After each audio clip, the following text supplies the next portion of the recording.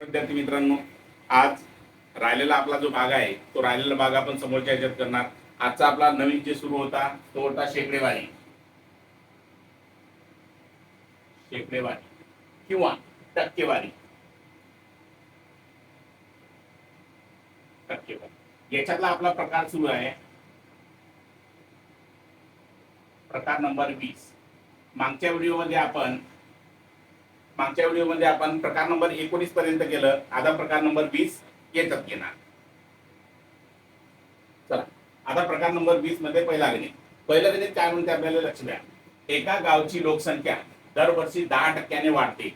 आज लोकसंख्या 10,000 असल्यास 2 वर्षानंतर त्या गावची लोकसंख्या किती होईल. आता एक सरळ काय करायचं बघा. एकापेक्षा 2-4 मेथड असतात, पण 2-4 मेथड केल्यापेक्षा एकच मेथड जिथं परफेक्ट लागते तिथं तीच कंडिशन करायची, म्हणजे विसरणार नाही. एकदम साधी आणि सोपी मेथड. सरळ किती सांगितले आपल्याला? 10,000. लोकसंख्या दिलेली आहे 10,000. दरवर्षी किती टक्क्यानं वाढते? 10%. म्हणजे 100 वर 10 वाढवा म्हणजे झाले 110/100. बरोबर. हे झालं पहिलं वर्ष. आपल्याला किती सांगितलं? 2 वर्षानंतर. मग गुन्हेला अजून 110/100. जसा जिथं भाग जाते तसा भाग देऊन टाका. 0 0 0 0 कट, डबल 0 डबल 0 कट. 11चा वर्ग 11 गुणिले 11 किती झाले? 121. त्याच्यावर 2 शून्य टाकून द्या म्हणजे आपलं उत्तर येणार 12,100. आता बघा दुसरा गणित काय म्हणते. एका गावची लोकसंख्या दरवर्षी 10% वाढते. आज लोकसंख्या जर 30,000 जर असेल तर 2 वर्षानंतर त्या गावची लोकसंख्या किती होईल. जेवढे टक्के येतील, 10% येऊ द्या, 20% येऊ द्या, 15% येऊ द्या, जेवढे टक्के विचारतील तेवढेच टक्के तिथं मानायचे. जसं की आता इथं बघा, इथं सांगितलं 30,000 गुन्हेला 10% वाढवते. जर 20% झाली असती तर 120 केले असते. 10% होते म्हणून 110 करणार. मग 110/100 गुन्हेला 110/100. बरोबर. जेवढ्या वेळेस सांगितलं तेवढ्या वेळेस आपण ते कंडिशन करायची. मग आता 0 0 0 0 कट, डबल 0 डबल 0 कट. आता बघा 11चा वर्ग किती आला? 121. याले गुन्हेला 300 करा. मग सरळ एक कंडिशन लक्षात घ्या. 3 1 3, 3 2 6, 3 1 3 वर डबल 0 वाढून टाका म्हणजे लोकसंख्या वाढून किती होणार? 36,300. ओके. आता बघा तिसरं गणित काय म्हणते. एका गावची लोकसंख्या दरवर्षी 5% वाढते. आज लोकसंख्या 20,000 असल्यास 1.5 वर्षानंतर त्या गावची लोकसंख्या किती. आता लक्ष द्या. 1.5 वर्ष म्हणल्यानंतर इथं कंडिशन काय होते माहिती का? इथं याचा अर्थ असा होते की 20,000 गुन्हेला 5% वाढणार. आता मग सांगा पहिलं वर्ष पूर्ण असणार, मग दुसरं वर्ष जर म्हटलं तर दुसरं वर्ष 2.5 येणार. मग याला कसं आहे, याला या मेथडनं थोडंसं भारी जाईल. तरी एक मेथड मानून टाकतो, सॉल्व तुम्ही करा. जसं की आता बघा इथं 5% वाढणार म्हणजे 105, 100. हे झालं पूर्ण वर्षासाठी. नंतरचं वर्ष अर्ध आहे. हे 1.5 वर्ष म्हणल्यानंतर इथं अर्ध वर्ष आहे पूर्ण. तर इथं हे जे टक्के येणार टक्केचे 2.5 म्हणजे इथं येणार 102.5 छेदात येणार 100. जर तुम्ही याला सॉल्व्ह केलं तर डायरेक्ट उत्तर निघून जाते. पण हे वेळ जास्त घेणार. मग काय करायचं इथं लक्ष द्या. एकदम साधं आणि सोपं पद्धत. दुसरी एक मेथड बघा. आता ह्याच्यात काय केलं, हे झालं पहिलं वर्ष, हे झालं दुसरं वर्ष. पण दुसरं वर्ष कसं येणार? अर्ध. आता एक काम करा, जसं आपण व्याज काढतो तशी कंडिशन काढा. आता सरळ 20,000चे 5% काढा. 0 0 0 0, 5 2 10 आणि डबल 0 म्हणजे टोटल येणार 1,000. येणार 1,000. 5 2 10 डबल 0 टाकले म्हणजे आता इथं 1,000 झाले पुऱ्या वर्षाची. मग याच्यात एक वर्ष पुऱ्या वर्षाची 1,000 तर अर्ध्या वर्षाची किती येणार? 500. पुन्हा याचे तुम्ही 5% काढा. 1,000चे 5%. 0 0 0 0, 5 10 50. हे 50 पुऱ्या वर्षासाठी आहे म्हणजे अर्ध्या वर्षासाठी किती येणार? 25. 50 पूर्ण वर्षासाठी म्हणजे अर्ध्या वर्षासाठी 25. मग आता यांची बेरीज करा. आता यांची बेरीज जर झाली तर इथं होणार 1,500 प्लस 25 म्हणजे इथं 5 2 5 1. हे झाली वाढलेली आणि याच्यात जी मूळची होती ते प्लस करून टाका. मग इथं 5 2 5 1 2 आपली लोकसंख्या किती आली? 21,525. इथं उत्तर आपलं खतम. आता बघा प्रकार नंबर 21. प्रकार नंबर 21 मध्ये पहिलं गणित बघा. एका गावची लोकसंख्या दरवर्षी 10% वाढते. जर आज त्या गावची लोकसंख्या 12,100 असेल तर 2 वर्षापूर्वी त्या गावची लोकसंख्या किती असेल? आता इथं काय केलेलं आहे, पहिले आपल्याला नंतरची सांगितली होती, आता याच्यातनी मागची सांगितलेली आहे. तर त्यावेळेस इथं काय करायचं असेल, सेम कंडिशन जसं आहे तसं मांडा. हे 12,100 गुणेला याच्या अगोदर आपण काय करत होतो बघा, जसं की जर लोकसंख्या वाढली तर ही कंडिशन ठेवत होतो. आता पूर्वीच्या ज्यावेळेस आपल्याला विचारलं पूर्वीची, तर या संख्येची उलटा प्लॉट म्हणजे 100/110, 100/110. जर तुम्ही असं जर केलं तर याचं उत्तर ऑटोमॅटिकली निघून जाईल. जसा जिथं भाग जाते तसा देऊन टाका.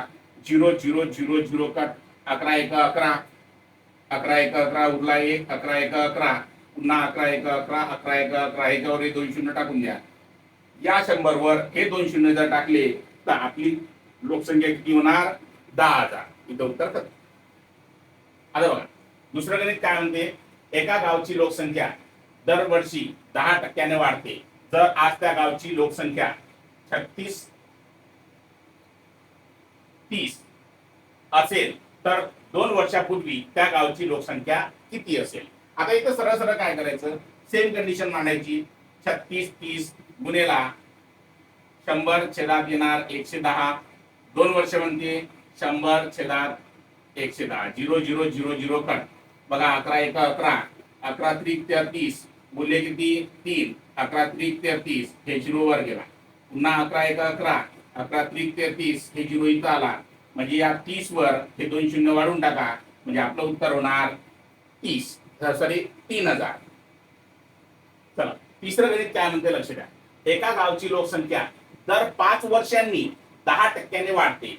जर आज त्या गावची लोकसंख्या 60-50 असेल तर 10 वर्षापूर्वी त्या गावची लोकसंख्या किती असेल? आता आपल्याला काय सांगितलं, जसं की जनगणना असते, जनगणना 10 वर्षानंतर वाढते. तर इथं काय कंडिशन होणार, इथं 5 वर्षांनी वाढणार. म्हणजे याचा अर्थ असा झाला की 5-5 वर्षाचे 10 वर्षात किती गट पडणार? 2 गट पडणार. म्हणून आपण 2चा विचार करणार. आता इथं काय कंडिशन झाली लक्ष द्या. 60-50 गुणेला 10% वाढली म्हणजे 100/110, 100/110. बरोबर. योगायोग सर्व ठिकाणी तेच कंडिशन येऊन राहिली. चला आता इथं जसा भाग जाते तसा ठेवून टाका. 0 0 0 0 कट. 11 1 11, इथं 11 5 55, उरले किती 5, 11 5 55 हे 0 वर. पुन्हा 11 द्या भाग द्या. 11 1 11, 11 5 55 हे 1 0 लावा. 50 वर डबल शून्य टाकून द्या. म्हणजे याचा अर्थ होणार आपलं उत्तर येणार 5,000. आता बघा प्रकार नंबर 22 काय म्हणते, एका खोलीचे भाडे 20% ने वाढवले. 20% ने म्हणजे 20% ने वाढवले. पुन्हा काही महिन्यानंतर 25% ने वाढवले तर मूळ भाड्यात किती वाढ होईल? आता इथं काय करायचं, सरळ सरळ लक्ष द्या. पहिले 100% पकडा. 100%चे वाढले किती? 20% वाढले म्हणजे झाले 120. आणि नंतर काही महिन्यानंतर 25% वाढले म्हणजे झाले 125. वर किती? यांचा करायचा तिरपा गुणाकार. एक्सच्या सोबतची संख्या कधी भागाकारात असली पाहिजे. म्हणजे इथं 125 गुणेला 120 भागेला येणार 100. मग 25 चूक 100, 25 5 125, 4 1 4, 4 3 12, 3 5 15 हे 0 इथं. टोटल किती झाले? टोटल झाले 150. याच्यातून 100 मायनस करा. तुमच्याकडे किती उरले? 50%. म्हणजे वाढ किती होणार? 50% वाढ होणार.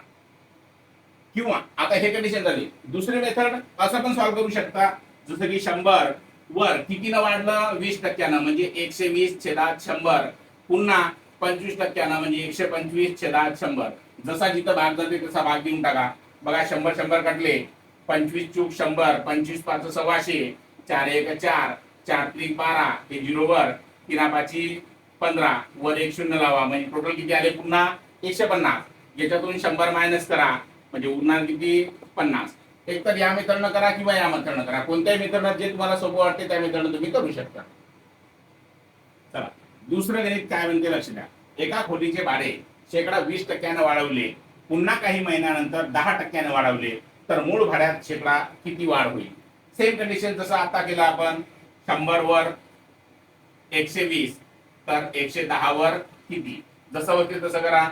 110 गुणेला 120 भागेला येणार 100. 0 0 0 0 कट. आता 11 गुणेला 12 करायचे. 11 1 11. सॉरी, एक काम करा. 11 दुनी 22. हातचा आले 2. 11 1 11. 11 आणि 2 13. टोटल झाले 132. याच्यातून 100 मायनस करा म्हणजे तुमच्याकडे येणार 32. किती भाड्यात वाढ होणार? 32% वाढ होणार. बघा आता तिसरं गणित काय म्हणते, एका खोलीचे भाडे शेकडा 15% वाढवले, पुन्हा काही महिन्यानंतर 10% वाढवले. सेम कंडिशन करायची आहे. 110 वर 115 तर 110 वर किती? बघा 100 वर 115 तर 110 वर किती?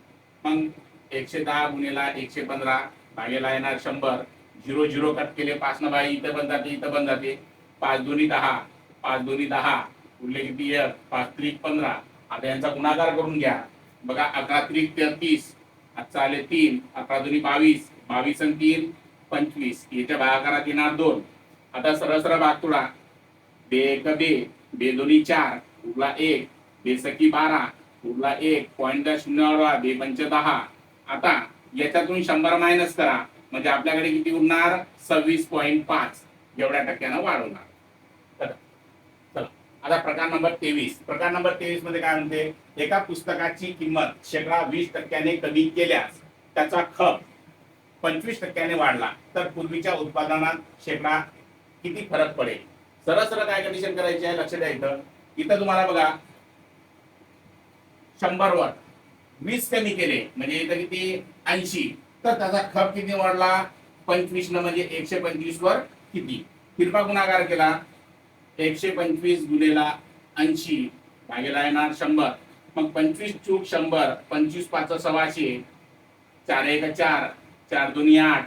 20 पंच 100. म्हणजे आता बघा 100 मधून 100 गेले, 0 उरले म्हणजे त्याच्यात काहीही परिणाम झाला नाही, याच्यात फरक पडला नाही. बघा दुसरं गणित काय म्हणते, एका पुस्तकाची किंमत शेकडा 10% कमी केल्यास त्याचा खप 20% वाढला तर पूर्वीच्या उत्पादनात शेकडा काय फरक पडेल? आता इथं सरळ सरळ 100 वर 10% कमी म्हणजे 90. 20% वाढला म्हणजे 120 वर किती? तिरपा गुणाकार केला. 120 गुणेला 90 भागेला 100. 0 0 0 0 कट. 12 9 108. हे झाले 108. याच्यातून 100 मायनस करा. 100 जर मायनस केले तर उरले किती तुमच्याकडे? 8. म्हणजे 8% वाढला. जर 100च्या वर जर जात असेल तर वाढला आणि 100च्या खाली जर येत असेल तर घट झाली म्हणजे इथं वाढ झालेली आहे. आता समोरचं गणित काय म्हणते लक्ष द्या. एका पुस्तकाची किंमत शेकडा 30 ने कमी केली म्हणजे 100 वर 30 कमी म्हणजे इथं आले 70. 20 न वाढली म्हणजे बरोबर. आता इथे तिरपा गुणाकार जर केला तर 120 गुणेला 70 भागेला येणार 100. 0 0 0 0 कट. 22 84 येणार 84. आता पण सांगा 84 आणि 100 मधला फरक कितीचा आला तर ते आला 16चा म्हणजे काय होणार? 16% काय होणार? घट होणार. 100च्या वर जर वाढलं तर वाढ, 100च्या खाली जर येणार तर हे होणार घट. आता इथं लक्ष द्या. आपल्याला काय म्हटलं, साखरेची किंमत 60% वाढली तर घरात साखर किती कमी करावी म्हणजे खर्चात वाढ होणार नाही. सरळ सरळ 60% वाढली म्हणते तर आता एक काम करा, सरळ सरळ 160 करून घ्या. जेवढ्यानं वाढली तेवढ्यानं वाढून घ्यायची. आता जेवढ्यानं वाढली ते 100 वर होती तर 60% वाढली म्हणजे सरळ सरळ 60 वाढले तर मूळची किती होती? 100 होती. मग 100 आणि 60 मधला फरक कितीचा आला? ते आला 60चा. मग 160 वर 60 तर 100 वर किती? तिरपा गुणाकार करा. 100 गुणेला 60 भागेला येणार 160. 0 0 कट. बघा इथं पण 4 न भाग जाते, इथं पण 4 न भाग जाते, देऊन टाका. इथं 4 न भाग दिला म्हणजे 25 आले, इथं 4 न भाग दिला म्हणजे 16 आले. इथं 2 न भाग दिला तर 2 दोन्ही 4, 2 त्रिक 6, हे 25 त्रिक आले 75 भागेला येणार 2. जे काय होईल 2 1 2, 2 त्रिक 6 उरला 1, 2 साती 14 उरला 1, पॉईंट 0 वाढवा 2 पंच 10 म्हणजे किती टक्क्यानं कमी करावं लागेल? 37.5% कमी करावी लागेल. बघा दुसरं गणित काय म्हणते, साखरेची किंमत 25% वाढवली. 25% वाढवली म्हणजे सरळ सरळ 125. 125 आणि 100 मधला फरक कितीचा? 25चा. तर 100 वर किती? किरपा गुणाकार करा. 100 गुणेला 25 भागेला 125. 25 एक 25, 25 पाच 86, 5 एक 5, 5 दोन्ही 10, म्हणजे किती टक्के होणार? 20%. कमी करावी लागणार. बघा तिसरं गणित, एका साखरेची किंमत 50% वाढवली म्हणते. 50% म्हणजे किती? सरळ सरळ 150. 150 वर 50 तर 100 वर किती? सरळ सरळ बघा, 100 गुणेला 50 भागेला येणार 150. आता बघा 0 0 कट केले, 5 एक 5, 5 त्रिक 15, म्हणजे 100/3. जसा भाग जाते तसा देऊन टाका.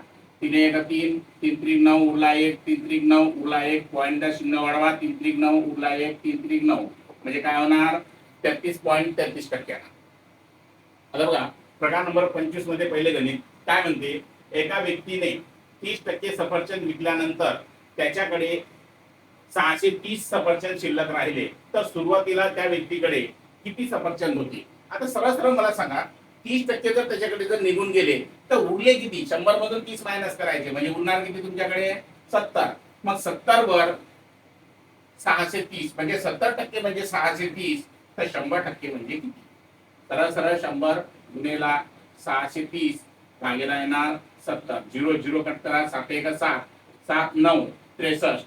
या 90 वर हे एक शून्य टाकून द्या, म्हणजे टोटल किती होते त्याच्याकडे? 900 सफरचंद होते. बघा दुसरं गणित काय म्हणते, एका व्यक्तीने 25% सफरचंद विकल्यानंतर त्याच्याकडे 221 सफरचंद शिल्लक राहिले, तर सुरुवातीला त्या व्यक्तीकडे किती सफरचंद होते? 25% गेले म्हणजे उरले तुमच्याकडे 75. 75 वर 321, तर 100 वर किती? इथं 100 गुणेला 321 भागेला येणार 75. बघा 25 त्रिक 75, 25 चूक 100, इथं जसा भाग जाते तसा देऊन टाका. 3 एक 3, या संख्येला 3 न भाग जात नाही, ती 0चा भाग द्या. आता 3 7 21. आता दोन्ही संख्येचा गुणाकार होणार. 7 चूक 28, हात चाले 2, 4 0 0 म्हणजे 2 जशीच्या तशी, आणि 4 एक 4, टोटल किती राहणार? 432 428 सफरचंद. तिसरं गणित बघा, एका व्यक्तीने 20% सफरचंद विकल्यानंतर त्यांच्याकडे 560 सफरचंद शिल्लक राहिले, तर सुरुवातीला त्या व्यक्तीकडे किती सफरचंद होते? तर आता इथं 20 गेल्यानंतर उरले किती तुमच्याकडे? 80. 80 वर 560, तर 100 वर किती? मग इथं 100 गुणेला 560 भागेला येणार 80. 0 0 कट, 8 एक 8, 8 7 56, याच्यावर 2 शून्य टाकून द्या, म्हणजे आपलं उत्तर येणार 700. चला आता हे इथपर्यंत बघा, इथपर्यंत आपण हे गणित सॉल्व्ह केले. आता प्रकार नंबर 26 जे आहे ते पुढच्या व्हिडिओमध्ये येईल, म्हणजे शेकडेवारीचा प्रकार नंबर 26 हे पुढच्या व्हिडिओला येईल. बघा जर या चॅनलवर कोणी नवीन असेल तर सबस्क्राईब करा. जर तुम्हाला चांगलं वाटलं तर कमेंट करा, लाईक करा, आणि तुमच्या मित्रांपर्यंत हे पोहोचवा, शेअर करा. धन्यवाद.